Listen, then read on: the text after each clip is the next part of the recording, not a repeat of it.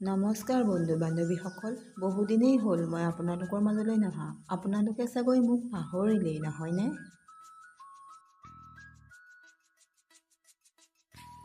আচলতে মইনো কিয় আপোনালোকৰ ওচৰলৈ মোৰ ভিডিঅ'ৰ মাধ্যমৰ জৰিয়তে আহিব পৰা নাই, তাকে জনাবলৈহে আজি মই এই ভিডিঅ'টো প্ৰস্তুত কৰিলোঁ।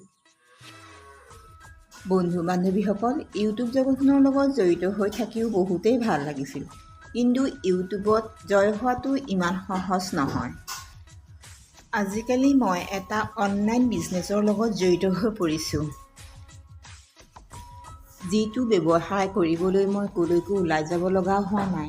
আজৰি সময়ত মই মোৰ হাতত থকা মোবাইলটো সঠিক ব্যৱহাৰ কৰি মই মোৰ সপোনবোৰ বাস্তৱ ৰূপত সজাই তুলিবলৈ পাৰিছোঁ।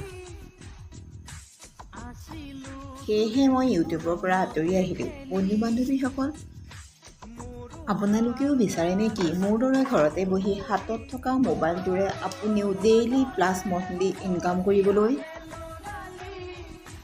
আপুনি ঘৰ গৃহিণী, চৰকাৰী কৰ্মচাৰী, পেঞ্চনাৰ যিয়েই নহওক কিয় 18 বছৰৰ ওপৰত সকলোৱে এই কাম কৰিব পাৰিব। তেতিয়াহ'লে পলম নকৰি হোৱাটছআপ কৰোঁ, এই নম্বৰত সবিশেষ জানিব পাৰিব।